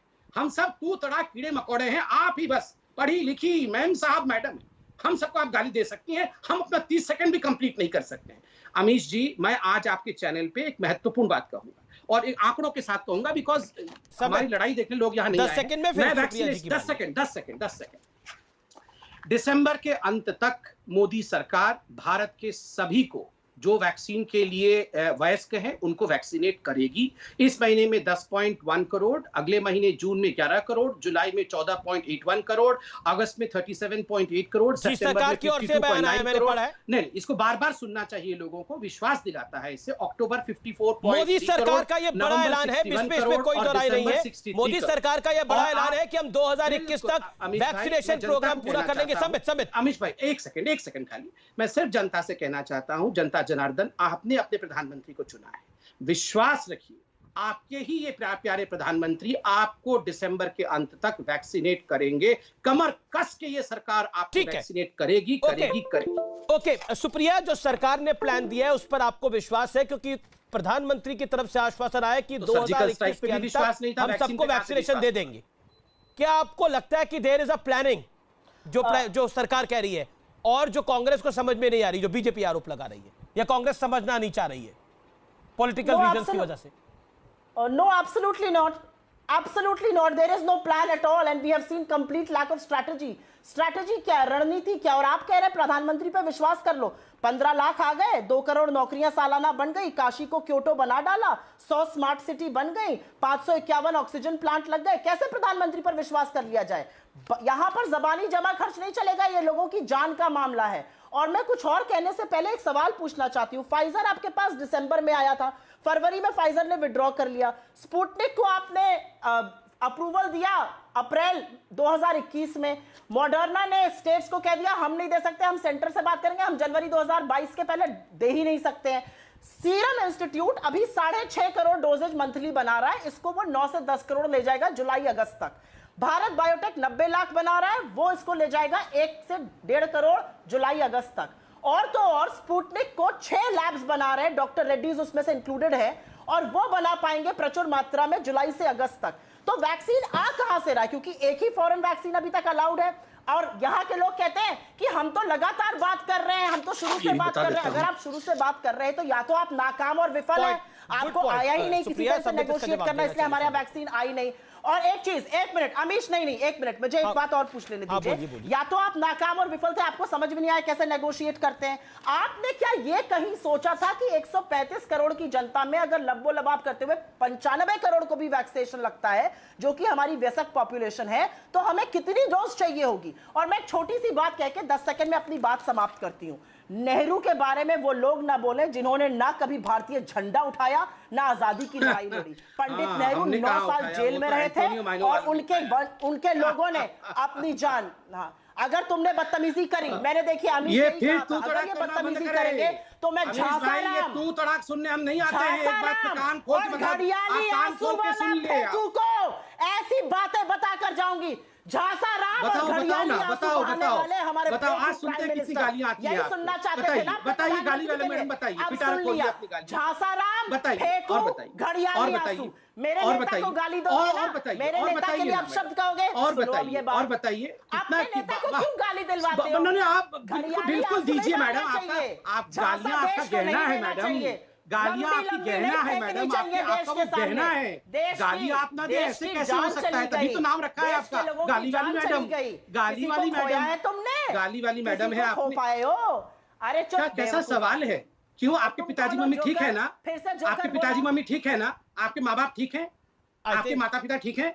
आपने मुझे कहा किसी को खोया, क्या कुछ? मेरे पिता और माँ का स्वर्गवास हो चुका। तो आपने मेरे परिवार के बारे में ऐसा क्यों कहा? आपने मेरे परिवार के बारे में ऐसा क्यों कहा? आपने मेरे परिवार के बारे में ऐसा क्यों कहा? किसी को खोया है कि नहीं? ये कैसा सवाल था? भगवान करे कोई किसी को ना खोए, ये कैसा सवाल था? घटिया आदमी, कैसा घटिया सवाल आपने पूछा कि आपने खोया कि नहीं खोया? अमीश भाई, मैं इस गाली वाली मैडम के साथ बिल्कुल डिबेट नहीं करना चाहता। मेरा निवेदन है, मुझे लगता है कि मेरा निवेदन है, देखिए मुझे लगता है किसी के परिवार पर नहीं जाना चाहिए। ईश्वर सबको स्वस्थ रखे और जो भगवान के पास चले गए उनकी आत्मा को शांति दे। मेरा निवेदन है कि हम कम से कम बहस के अंदर मर्यादा को बनाए रखें, जो कि बड़ी महत्वपूर्ण होती है किसी भी कार्यक्रम के अंदर। लेकिन महत्वपूर्ण यह है, क्योंकि जो विषय है उस पर मैं आना चाहता हूं, क्या वाकई सुप्रिया, मैं आपका रुख करता हूं, संबित मैं आपके पास वापस आऊंगा। संबित सुप्रिया जी को सुना, मुझे कुछ आपत्ति भी करनी है, आप आपत्ति करिएगा, मैंने उनको 2 मिनट के लिए सुना ना, मुझे 30 सेकंड बोलने दीजिए। ठीक है, 30 सेकंड बोल लीजिए। अमीश जी, मैं इतने सालों से डिबेट कर रहा हूं, आज तक किसी ने ये नहीं पूछा कि आपने अपने परिवार में किसी को खोया कि नहीं। मैं नहीं चाहता हूं कि ये सवाल कभी किसी को पूछा जाए। आपने कहा आपने किसी को खोया कि नहीं, आपने पूछा है, मैंने सुना है ना, और पूरे हिंदुस्तान ने सुना है। आपने कहा अमीश भाई आप इनकी आवाज को कम रखिए। देखिए तकलीफ होती है इस बात से, मुझे शांति से बोलने दिया जाए, मुझे शांति से बोलने दिया जाए। मैं बदतमीजी के साथ डिबेट नहीं कर सकता हूँ। ये बकवास 2 कौड़ी के आदमी किस प्रकार के भाषा को आप अलाउ करेंगे? अमीश जी, सुप्रिया जी, आप भी एक मैच्योर लीडर हैं, मुझे लगता है कि थोड़ी मैच्योरिटी आप भी दिखाइए। संबित आप भी, मुझे लगता है कि इस विषय को आपने भी इस पर जवाब दे दिया, आपने भी इस पर जवाब दे दिया तो मामला खत्म। अमीश जी सुनिए जी, पहले इन्होंने मुझे 2 कौड़ी का आदमी भी कहा, कोई बात नहीं, हम हैं गांव के लोग हैं। हम सुप्रिया जी जैसे ना तो हम अमीर हैं ना तो हम बड़े लोग हैं, हम साधारण लोग हैं। 2 कौड़ी का ही होंगे शायद। गांधी परिवार के साथ हमारे क्या औकात है? हम लोगों की साधारण गाँव के स्मॉल टाउन बॉयज हैं। आप भी स्मॉल टाउन बॉय हैं, हम भी स्मॉल टाउन बॉय, छोटे छोटे शहरों से हम यहाँ आए हैं। ठीक है, फिर आप ये सवाल पूछते हैं कि आपने अपने घर से किसी को खोया? कैसा बेहुदा सवाल है, कोई ना कोई किसी को। तीसरी बात, आपने कहा कि आपने मोदी जी को गाली दी। आपने कहा कि हमने झंडा उठाया है। अमीश भाई, आपके दादाजी ने भी झंडा उठाया होगा, सुप्रिया जी के दादाजी ने भी झंडा उठाया होगा, मगर एंटोनियो माइनो के पिताजी और दादाजी ने नहीं, सुनिए एक सेकंड, एंटोनियो माइनो के दादाजी पिताजी ने भारत का झंडा नहीं उठाया, उन्होंने मुसोलिनी का झंडा उठाया था, जिसकी अध्यक्षा एंटोनियो माइनो, जिसकी अध्यक्षा इटली के माफिया फैमिली की बेटी वो हमारे देश पर सवाल उठाने की हिम्मत और सुप्रिया देखिए, बीजेपी अब इसको लेके जा रही है कि आप देश पर बार बार सवाल उठा रहे हैं। जो कमलनाथ ने बोला, आपने खुद बोला कि उनकी शब्द ठीक नहीं थे, और क्या आपको लगता नहीं है कि मोविड बोलने से, इंडियन वेरिएंट बोलने से, इंडियन कोविड बोलने से समस्या हल नहीं होगी और इससे समस्या देश की बढ़ जाएगी? आप नरेंद्र मोदी को अटैक करिए, बीजेपी की पॉलिसी को अटैक करिए, लेकिन इंडियन वेरिएंट कहना, अरविंद केजरीवाल ने सिंगापुर वेरिएंट कह दिया था, कांग्रेस ये अपोज करी थी दिल्ली के अंदर, कि कैसे कह दिया? अमीश, मैं आपकी बात का जवाब दूंगी, लेकिन मैं पहले एक बात कहना चाहती हूं और बहुत टाइम से ये सुनती आ रही हूं, इसलिए एक औरत होने के नाते आज मैं ये बात कहूंगी और आप दोनों को ये बात सुननी पड़ेगी और देश को सुननी पड़ेगी। जब एक औरत की शादी होती है ना, तो उसकी डोली घर आती है और अर्थी वहां से जाती है। दाम्पत्य के सूत्र को जब एक औरत एक आदमी का नाम लेती है ना, उन्होंने भी आपको सुना, एक बार चुप रहिए, नाम का ना उसके नाम का सकते हैं। आप कैसे कह सकते हैं कि भारतीय जनता पार्टी हम आजादी के लिए नहीं लड़ रहे थे, हम तिरंगा नहीं उठाते हैं? और जैसे ही मैंने आपको आईना दिखा दिया तो आपको देखिए, एंटोनियो माइनो गाली नहीं है, वो नाम है। किसी का नाम लेना, मेडन नाम लेना गाली नहीं होता है। अच्छा संबित, मेरी रिक्वेस्ट को मान लीजिए। संबित नहीं, maiden name is not an abuse. Let Supriya make a point. Sambit be fair, आपको मैंने वक्त दिया। संबित, आपने 30 सेकंड मांगे थे, आपने 55 सेकंड लिए, मैंने आपको वक्त दिया। अब सुप्रिया को भी आप 30 से 40 सेकंड दीजिए अपनी बात को रखने के लिए। सुप्रिया जी बोलिए आप। Supriya on screen. मैं फिर से अपनी बात दोहराऊंगी और एक औरत होने के नाते दोहराऊंगी। जब एक औरत किसी का नाम अपने नाम के साथ जोड़ती है और उसके नाम का मांग में सिंदूर लगाती है, तो वो उस देश की, उस परिवार की हो जाती है। और इस दाम्पत्य सूत्र का बार बार इतना तिरस्कार करना और बार बार जिस आशय से यहां पर बोला जाता है, मैं उस बात का खंडन करती हूं। यह आपकी गंदी, घिनौनी, नाली के कीड़े वाली मानसिकता दिखाता है। एक औरत का अपमान तो शास्त्रों को भी बर्दाश्त नहीं था, आपके जैसे अहंकारी व्यक्ति को भगवान माफ नहीं करेगा। एक बार बार एक औरत का अपमान करते हैं। उसने अपने पति को इस देश के लिए खोया है, उसकी गोदी में एक पूर्व प्रधानमंत्री की मौत हुई है। क्या बात करते हैं आप? तो क्या देश के नागरिक है, वो देश की एमपी है, किस तरह की बात करते हैं आप? चुप रहिए आप दाम्पत्य सूत्र को, दिक्कतों की बात यह है ना, दाम्पत्य सूत्र को हिंदुस्तान के हम समझ सकते हैं। इतना बौखला क्यों गए हैं आप लोग? ये सुप्रिया जी, आपने जो बोलना था बोला, आपके में बेवकूफ बोलने की क्या आवश्यकता है? सुप्रिया जी देखिए, आपने जो बोलना था बोला, आपने सब कुछ बोला और आपने अपनी बात को रखा, लेकिन बेवकूफ शब्द बोलना, क्या आपको लगता है कि वाकई ये सही है? दूसरा जो मेरा सवाल था, संबित होल्ड ऑन, जो मेरा सवाल था, क्या मोविड बोलने से, इंडियन वेरिएंट बोलने से, भारत बदनाम है बोलने से क्या कोरोना की समस्या हल हो जाएगी? कोरोना को दुनिया में कौन समझ पाया है अभी तक? कौन से साइंटिस्ट समझ पाए हैं? अभी एक दवाई काम कर रही थी, दूसरी दवाई कल काम नहीं कर रही, वेरिएंट्स बार बार बदल रहे हैं, म्यूटेंट बार बार चेंज हो रहा है, समस्या को आप समझ रही हैं। क्या आपको लगता नहीं है कि इसमें बेहतर पॉलिटिकल मैच्योरिटी की जरूरत है, जो विश्व के बाकी देशों में हमने देखने को मिली है? सुप्रिया जी, मैं पॉइंट पर आ रहा हूं। Amish, I am shocked beyond belief. आपको मेरे बेवकूफ कहने पर आपत्ति है और जो बातें उन्होंने नेहरू जी से लेकर मेरे लीडर से लेकर दोनों पे आपत्ति जताई। मैंने कोई भी बात तथ्य बात नहीं कही। माँ बाप के बारे में पूछा, उस पर आपको दिक्कत नहीं हुई। मैंने दोनों पे बोला। सुप्रिया जी देखिए, मैंने तो कहा वो तो मैंने दोनों पे बोला। आपने कहा कि आपने बोला कि नहीं। जवाब देती हूं आपकी ठीक है, संबित मेरा सवाल है सुप्रिया जी उसका जवाब दीजिए। ओके, क्विकली, क्या इंडियन वेरिएंट, मोविड, भारत बदनाम है, इससे क्या हो जाएगा? इससे कुछ नहीं हो जाएगा। इससे जो प्रधानमंत्री मोदी रणछोड़ बन गए, रण छोड़ के भाग गए, बिना ऑक्सीजन के लोगों को छोड़ दिया है, बिना वैक्सीन के लोगों को छोड़ दिया है, किल्लत है देश में, वो उजागर हो रहा है। और लोगों से पूछिए, वो बताएंगे आपको कि कितनी दिक्कत है। गांव देहात में तो टीवी शो जा नहीं रहे, वहां पर जिस तरह से कोरोना ने पैर पसार दिया, 10-10, 12-12 लोगों की रोज मौत हो रही है उत्तर प्रदेश में, और ये कहा जा रहा है टाइफाइड से हो रही है। पर क्या मोविड बोलने से, सुप्रिया जी, इंडियन वेरिएंट बोलने से समस्या का हल हो जाएगा? मैं सवाल पूछ रहा हूं, इंडियन वेरिएंट बोलने से, भारत बदनाम है, ये बोलने से समस्या का हल हो जाएगा?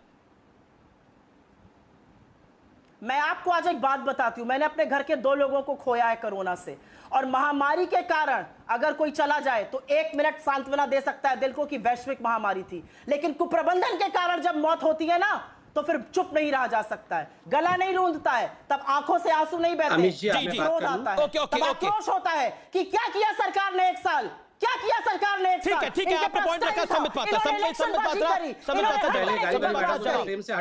इस डिबेट में नेहरू से लेकर वीर सावरकर तक, और अब हम कोविड पे हैं, क्विकली। देखिए अमीश भाई, बहुत बड़ा चैलेंज है हिंदुस्तान के सामने। हिंदुस्तान महान था, महान रहेगा, और हिंदुस्तान इस लड़ाई में जीतेगा। और ये लड़ाई कोरोना के खिलाफ तो है ही, साथ ही ये लड़ाई कांग्रेस के खिलाफ भी है। कांग्रेस जिस प्रकार से देश को अपमानित और बदनाम करती है, हम दोनों से जीतेंगे। कांग्रेस के मानसिकता से भी जीतेंगे, कोरोना से भी जीतेंगे। और याद रखिए एक बात, मैंने नेहरू जी के बारे में कोई ऐसी बात नहीं कही जो हिस्ट्री के किताब में नहीं लिखी है, और ना ही किसी महिला को मेडन नेम से पुकारना कोई गाली है। मगर हाँ, जिस प्रकार से ये कहना कि भारतीय जनता पार्टी के लोग क्या जानते हैं कि देश की आजादी क्या होती है, और ये कहना कि ये जो कपड़े हम पहने हुए हैं, जिस स्टूडियो में आप बैठे हुए हैं, ये सब कांग्रेस। याद रखिए, हम मतलब ये ब्रह्मांड नेहरू जी ने बना दिया। ये सब ये बोलते रहेंगे, हम शांति से सुनते रहेंगे, ऐसा भी नहीं हो रहा है। वक्त अब एक ब्रेक का है, आप देखते रहिए आर पार। ब्रेक के बाद निष्कर्ष हो।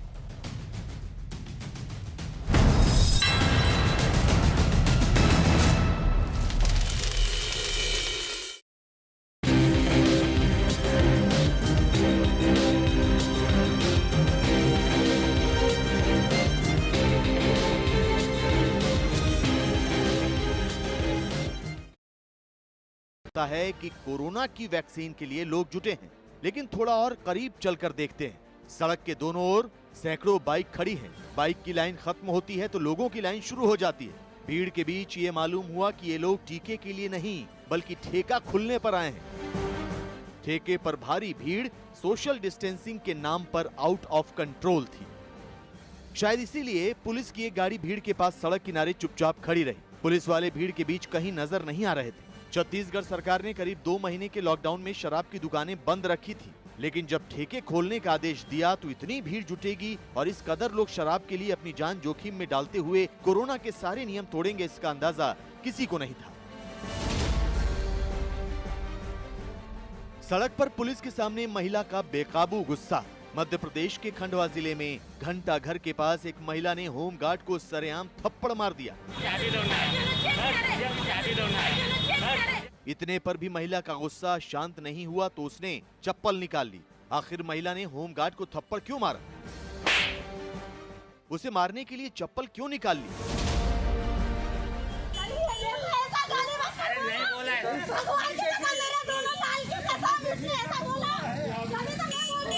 पुलिस के मुताबिक लॉकडाउन के दौरान महिला अपने बेटे के साथ बाइक पर बाजार से आ रही थी। चेकिंग के दौरान होमगार्ड ने महिला के बेटे की बाइक की चाबी निकालकर गाड़ी साइड में लगाने को कहा। इसी बात पर महिला भड़क गई।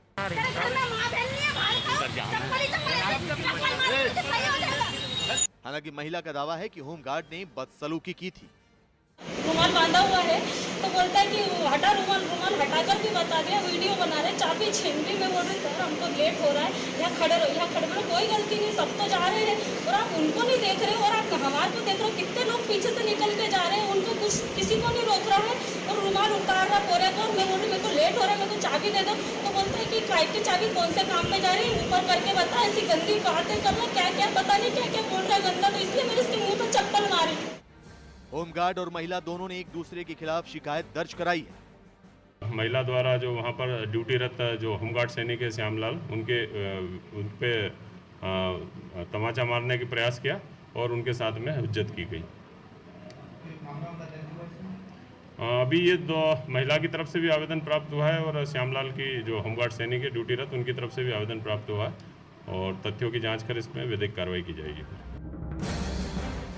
लॉकडाउन के दौरान अक्सर सुरक्षा कर्मियों और जनता के बीच भिड़ंत हो जाती है और जब ऐसा होता है तो कोरोना को लेकर हर तरह की गाइडलाइंस टूट जाती हैं। इसीलिए पुलिस और पब्लिक दोनों को ये समझना होगा कि लॉकडाउन कोरोना से बचाने के लिए है। लोगों को चाहिए कि वो नियम का पालन करें और सुरक्षा कर्मी भी लोगों के इमरजेंसी हालात को लेकर संवेदनशील रहें।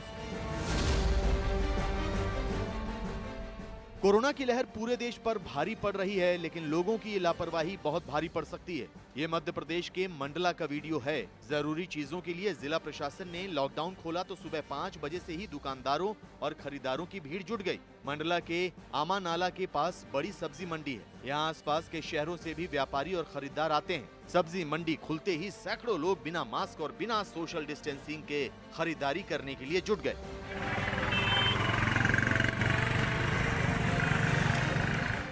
इतनी भीड़ के सामने प्रशासन भी बेबस नजर आया। ऐसी भीड़ और कोरोना नियमों को लेकर लोगों की लापरवाही किसी एक के लिए नहीं, बल्कि सबके लिए बहुत बड़ा खतरा साबित हो सकती है। भी खोलूंगा, मिठाई बांटूंगा।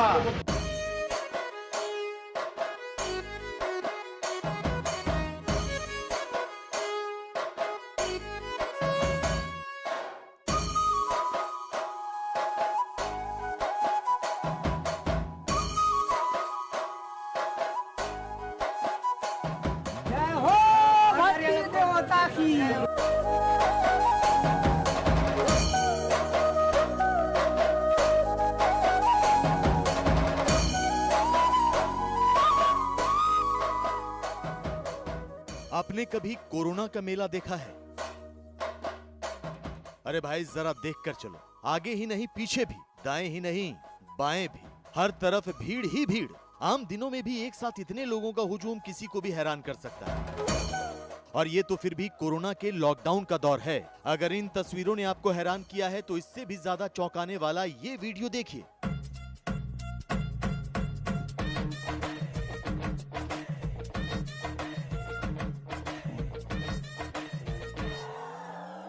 नारियल भी खोलूंगा, मिठाई बांटूंगा, सब मिलेगा। ऑनलाइन ही मिलेगा, घर पहुंच के ही मिलेगा। एक दुकान के सामने पूजा की थाली सजाकर लाया युवक आरती कर रहा है। खाबो लाठी जाबो जेल। जय हो भारतीय देवता की। हैरान करने वाली इन दोनों तस्वीरों का सच आपको दिखाते हैं। छत्तीसगढ़ के बिलासपुर में कुछ लोगों ने शराब के ठेके की आरती उतारी, क्योंकि करीब 2 महीने बाद पहली बार शराब की दुकानें खुली। दूसरी तस्वीर रायपुर के पास राजिम में एक शराब ठेके की है, जहां शराब के लिए सैकड़ों लोग लाइन में खड़े नजर आए। शराब पीना ना पीना किसी की व्यक्तिगत मर्जी पर निर्भर करता है, लेकिन छत्तीसगढ़ के बिलासपुर की ये तस्वीरें हैरान करने वाली हैं। बिलासपुर के शनिचरी मार्केट में शराब की एक दुकान खुली तो शटर उठने से पहले ही वहां कुछ लोग पहुंच गए। एक युवक बाकायदा आरती की थाली सजाकर पहुंचा। उसमें नारियल, अगरबत्ती, घंटी, लाल टीका और शराब से भरा गिलास था। शराब प्रेमी ठेका खुलने की खुशी में इस कदर मदहोश हो गया कि दुकान की आरती उतारने लगा। सब मिलेगा, ऑनलाइन ही मिलेगा, घर पहुंच के ही मिलेगा। ये युवक ये भी भूल गया कि लॉकडाउन में शराब की दुकान खुली है, कोरोना की दुकान नहीं। फिर मास्क क्यों हटा दिया? खैर, शराब के ठेके पर आरती उतारने वाले को वहां खड़ा एक युवक समझाने लगा, लेकिन वो उससे भी बहस करने लगा। खाबो लाठी जाबो जेल। खैर, युवक ने ठेके की पूजा करने की धुन नहीं छोड़ी। शराब के ठेके के सामने नारियल को जमीन पर रखकर उस पर पत्थर दे मारा, ताकि शराब की दुकान का एक बार फिर शुभारंभ हो सके। ठेका खुला तो आस पूरी हुई और फिर गिलास चढ़ाया तो प्यास पूरी हुई। इसके बाद नारेबाजी भी करने लगा। मेरे भगवान। पूजा की थाली में रखे शराब के गिलास को गले से उतारने के बाद युवक ने संतुष्टि जाहिर की। इसके बाद शराब प्रेम के इस नाटक में कुछ और लोगों ने उसका साथ दिया। 2 लोग और दिखाई दिए जो उसी ठेके के सामने जमीन पर अगरबत्ती रखकर पूजा करने लगे। जय हो भारतीय देवता की। छत्तीसगढ़ में इसी ठेके के पास एक और ठेका है। यहाँ भी भारी भीड़ नजर आई। पहली नजर में देखकर लगता है कि कोरोना की वैक्सीन के लिए लोग जुटे हैं। Welcome back. आप देख रहे हैं देश का सबसे लोकप्रिय कार्यक्रम आर पार, और अब वक्त है निष्कर्ष का। आज के निष्कर्ष में मैं यही कहना चाहता हूं, मोविड कहने से, इंडियन वायरस कहने से, भारत बदनाम है कहने से कोरोना की समस्या का हल नहीं हो सकता। कोरोना की समस्या का हल हो सकता है वैक्सीनेशन, और सरकार कह रही है हमारे पास प्लान तैयार है अपनी देश की जनता को, यानी आपको वैक्सीनेट करने का। विपक्ष को चाहिए कि जरूर उस पर एक पैनी नजर रखें। सरकार जहां चुके जरूर लताड़े, जरूरी भी है, लेकिन कोरोना ना बंद करा जा सकता है न किसी कमरे में आ सकता है। अगर ऐसा होता तो शायद दुनिया बच जाती। इस बात से तो आप भी सहमत होंगे। इंतजार कर रहा हूं आपकी राय का। देखते रहिए न्यूज़ 18। अगला शो प्रीति के साथ।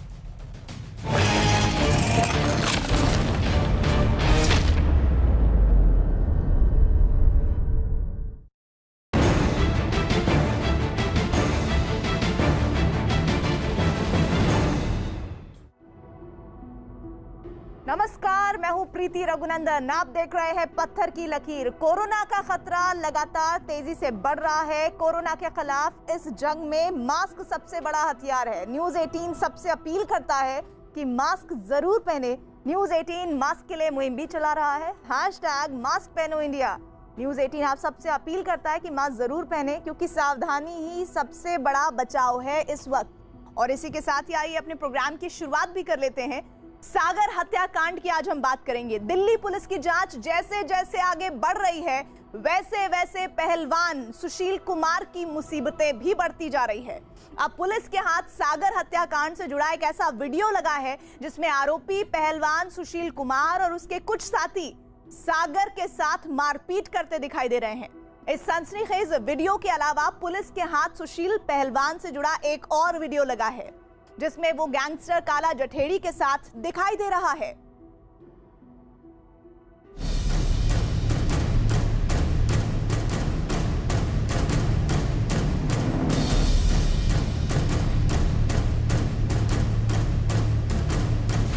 पूरे भारत के ऊपर ये कलंकित लगाया है कि गुरु हो गए, ऐसा काम किया है इसलिए।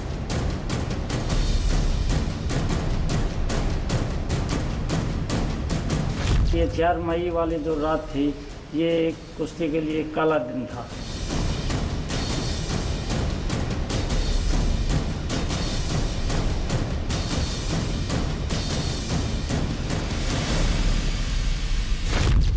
सागर हत्याकांड का सनसनीखेज वीडियो।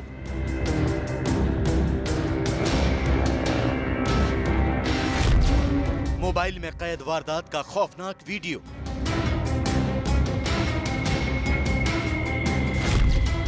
छत्रसाल स्टेडियम में सागर की हत्या का सच।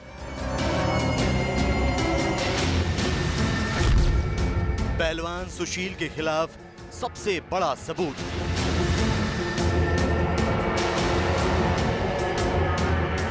सागर हत्याकांड में पुलिस की जांच का दायरा जैसे जैसे बड़ा हो रहा है, वैसे वैसे आरोपी सुशील पहलवान के अपराध लोक की ऐसी कहानी सामने आ रही है जिसे सुनकर और देखकर किसी के भी पांव तले जमीन खिसक सकती है। कभी जिस सुशील पहलवान ने ओलंपिक्स में पदक जीतकर देश का मान बढ़ाया था, आज वही सुशील कुमार सागर हत्याकांड की वजह से कानून के ऐसे दांव पेच में उलझ चुके हैं जिससे बाहर निकलना लगभग नामुमकिन है। सबसे पहले आपको दिखाते हैं दिल्ली पुलिस के हाथ लगे वो वीडियो जो पहलवान सुशील कुमार की मुसीबतों को और बड़ा कर रहे हैं। पहली तस्वीर 4 मई को उस रात की है जिस रात छत्रसाल स्टेडियम में पहलवान सागर धनखड़ की हत्या की गई, जबकि दूसरी तस्वीर के बारे में दावा किया जा रहा है कि ये तस्वीर साल 2019 की है जिसमें पहलवान सुशील कुमार गैंगस्टर काला जठेड़ी के साथ दिखाई दे रहे हैं। वीडियो उस वक्त का है जब पहलवान सुशील कुमार काला जठेड़ी के भाई की शादी में शामिल होने सोनीपत पहुंचे थे। इससे पहले कि पहलवान सुशील कुमार और गैंगस्टर काला जठेड़ी के कनेक्शन की कहानी बताएं, उससे पहले 4 मई के रात की उस वीडियो की कहानी समझना जरूरी है जिसने सुशील कुमार की मुसीबतें और बढ़ा दी हैं।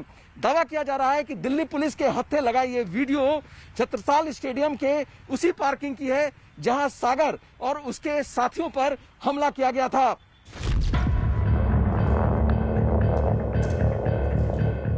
करीब 1 मिनट के इस वीडियो को मोबाइल में रिकॉर्ड किया गया है जिसमें आप देख सकते हैं कि कैसे सुशील कुमार के अलावा 10 से ज्यादा लोगों की मौजूदगी में पहलवान सागर धनखड़ जमीन पर बेसुध पड़ा है, जबकि सुशील कुमार हाथ में डंडा लिए नजर आ रहे हैं। इस दौरान सुशील कुमार सागर पर डंडा मारने की कोशिश करते हुए दिखाई भी पड़ रहे हैं। वीडियो में आप ये भी देख सकते हैं कि कैसे सागर धनखड़ हाथ जोड़कर खुद को छोड़ देने की अपील भी कर रहा है। इतना ही नहीं, दावा तो ये भी किया जा रहा है कि सागर के साथ हुई इस मारपीट में काला असौदा गैंग और नीरज बवानिया गैंग के बदमाश भी शामिल थे, जो मौकाए वारदात पर बाकायदा अपने साथ हॉकी स्टिक और पिस्तौल लेकर पहुंचे थे। फिलहाल दिल्ली पुलिस ने इस मामले में 4 आरोपियों की गिरफ्तारी के बाद एक और आरोपी विजेंद्र को भी गिरफ्तार कर लिया है। टीकरी इलाके से गिरफ्तार विजेंद्र ने क्राइम ब्रांच के सामने कबूल किया है कि उसने सुशील के ही कहने पर छत्रसाल स्टेडियम में कुछ लोगों की पिटाई की थी। चारों लोगों के खिलाफ नॉन अवेलेबल वारंट इशूड थे सागर पहलवान मर्डर केस में, जिसमें मेन अक्यूज सुशील कुमार है। ये जो 4 लोग हैं, इन सबके नाम भूपेंद्र एलियस भूपी, मोहित एलियस भोली, गुलाब और मंजीत हैं। इन सब की प्रीवियस इन्वॉल्वमेंट्स है और ये काला सौदा गैंग से जुड़े हुए हैं। दरअसल सागर हत्याकांड की ये कहानी इसलिए और ज्यादा संगीन हो गई है क्योंकि आरोपी पहलवान सुशील कुमार का गैंगस्टर कनेक्शन भी सामने आया है। साल 2019 के इस वीडियो को लेकर यह भी दावा किया जा रहा है। ये वीडियो गैंगस्टर काला जठेड़ी के भाई की शादी का है, जिसमें पहलवान सुशील कुमार भी शामिल हुए थे। बताया जा रहा है कि जिस रात सागर धनखड़ के साथ मारपीट को अंजाम दिया गया, उस रात गैंगस्टर काला जठेड़ी का रिश्तेदार सोनू महल भी घायल हो गया था। दावा किया जा रहा है कि सागर की हत्या और सोनू के घायल होने की खबर से गैंगस्टर काला जठेड़ी पहलवान सुशील कुमार से दुश्मनी मान बैठा है। अब ये भी समझिए कि आखिर काला जठेड़ी है कौन। काला जठेड़ी हरियाणा के सोनीपत का रहने वाला है। काला जठेड़ी पर लूट, हत्या, उगाही जैसे कई मामले दर्ज हैं। दिल्ली, पंजाब, राजस्थान और उत्तराखंड में काला जठेड़ी पर कई मामले दर्ज हैं। इसके अलावा यूपी, चंडीगढ़ और हरियाणा में काला जठेड़ी का नाम पुलिस की फाइलों में दर्ज है। दावा किया जाता है कि ये दुबई और मलेशिया से अपना गैंग चलाता है। दिल्ली में काला जठेड़ी पर पहला मामला साल 2004 में